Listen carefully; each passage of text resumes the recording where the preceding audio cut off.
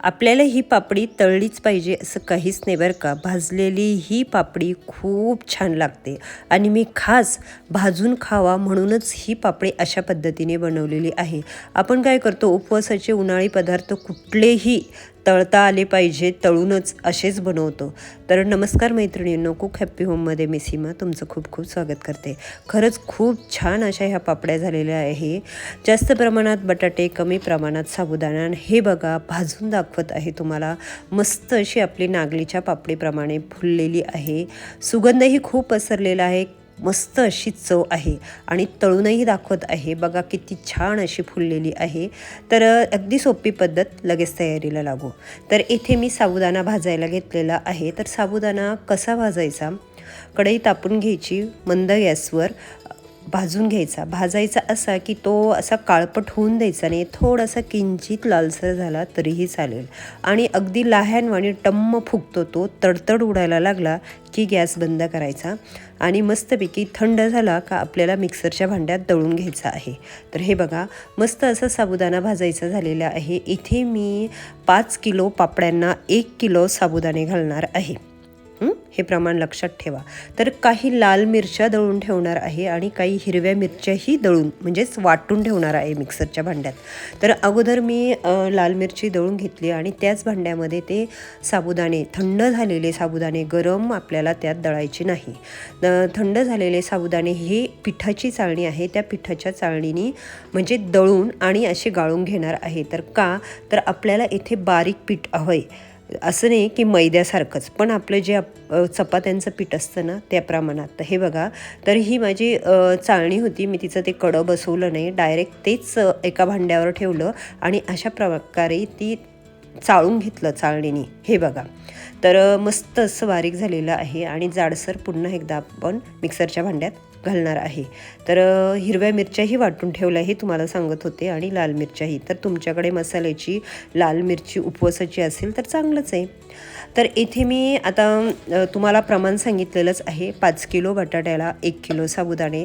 तसं तुम्ही त्या प्रमाणामध्ये बटाटे घ्या. म्हणजेच की 1 किलो जर करायचं असेल तर 1 किलो बटाट्याला फक्त 200 ग्रॅम साबुदाणे, बरोबर. तर आता लक्षात ठेवा. आणि साबुदाणे आता गिरणीत बाहेरही मस्त दळून मिळतात, तिकडूनही दळून आणले तरीही चालेल, फक्त उपवासाच्या पदार्थात घालायचं आहे हे सांगा. तर हे बघा मस्त आता बटाटा उकडलेला आहे आणि मस्त असं तर किसून घ्या असं मी म्हणत नाही, पण मस्त अगदी लगदा करून घ्या त्याचा. आणि पुन्हा एकदा सांगते की ह्या चाळणीने मी चाळून घेतलेलं आहे म्हणून पीठ इतकं छान बारीक झालेलं आहे. तर त्या प्रमाणातच मी आता त्यामध्ये बटाटे किसून घेतले, त्याचा लगदा करून घेतला हाताने आणि त्या प्रमाणात त्यामध्ये मी पीठ घालणार आहे. कोणतं, साबुदाण्याचं. आता त्यामध्ये काही ही लाल मिरची वाटलेली घालणार आहे. यात तुम्ही अशा हाताने चुरून लाल मिरच्या टाकल्या, खलबत्त्यात कुटून टाकल्या तरीही चालेल. आणि ही बघा मिक्सरच्या भांड्यातली ही मी हिरवी मिरची तीही टाकणार आहे. तुम्हाला एकच टाकायची असेल कुठली तर टाकू शकता आणि इतर तुम्हाला काही जिरे काय तुम्ही खात असाल ते टाकले तरीही चालेल. तर ह्या एका भांड्यामध्ये बटाटा किस चक्री केलेली आहे मस्त अशी. तर तो व्हिडिओ बघितला का तुम्ही? तुमच्यासारख्या गोड मैत्रिणींना फार आवडला आणि त्यांनी छान छान कमेंट केल्या आणि करून बघितला. चवेपुरतं मीठ घाला आणि मस्त असं पीठ न पाणी घालता मळून घ्या आणि गरजच पडत नाही. एकदम बरोबर असं मी तुम्हाला प्रमाण सांगितलेलं आहे की 1 किलो बटाटा आणि 200 ग्रॅम साबुदाणे.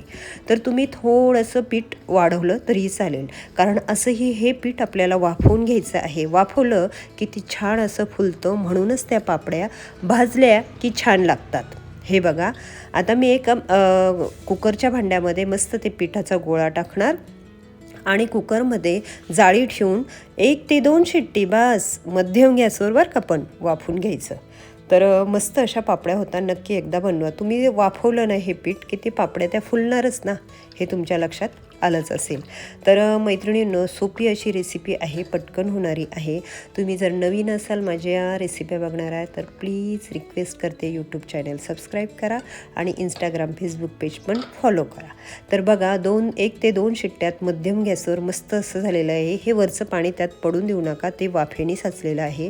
आणि पीठ पण बघा किती छान असं दिसत आहे, अगदी काचेसारखं चमचम करत आहे आणि मस्त असा गोळा झालेला आहे.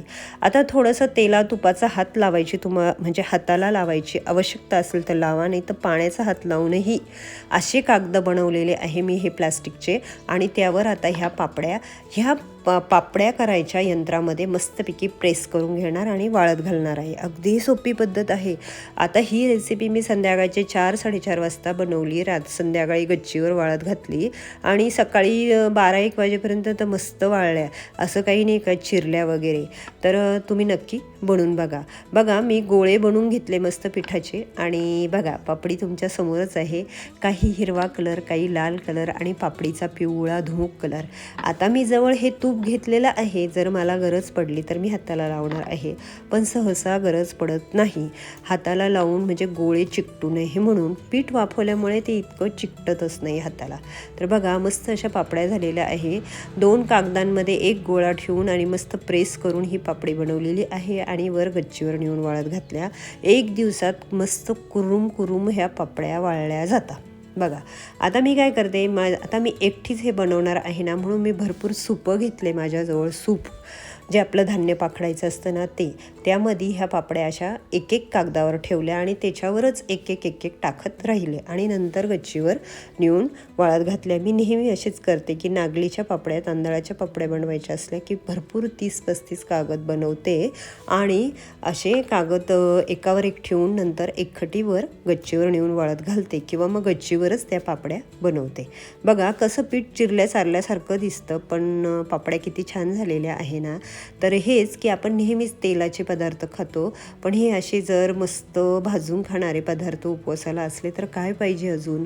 2 पापड्या खाल्ल्या तरी मस्त असं पोट भरतं आणि जिभेलाही छान अशी चव येते. तर मैत्रिणींनो नक्की एकदा करून बघा. अशा छोट्या आणि छान रेसिपी आपल्या यूट्यूब चॅनलवर, इंस्टाग्रामवर आणि फेसबुकवर असतात, त्या बघत जा. रोज नवीन दिवस नवीन रेसिपी असते आणि शॉर्टमध्ये सुद्धा ही 1 मिनिटाचे, 30 मिनिटाचे, 40 मिनिटाचे असतात. तर हे बघा ही कीस चक्री आणि ह्या पापड्या मस्त अशा वाळलेल्या आहे आणि छान अशा कुरुम झालेल्या आहे. अगदी हातात घेतल्या तरी हाताचा मस्त खमंग सुगंध येतो. तर नक्की बनवा. तुम्हालाही आता माझ्यासारखी घाई झाली असेल की मी केव्हा बनवेल. अगदी शांत रीतीने बनवायच्या आणि अगदी थोडं प्रमाण घेऊन बनवून बघायच्या आणि मग जास्त बनवायच्या. ही भाजलेली पापडी आणि ही दुसरी जी ताटात आहे ती तळलेली, तेव्हा नक्की बनवा. बाय.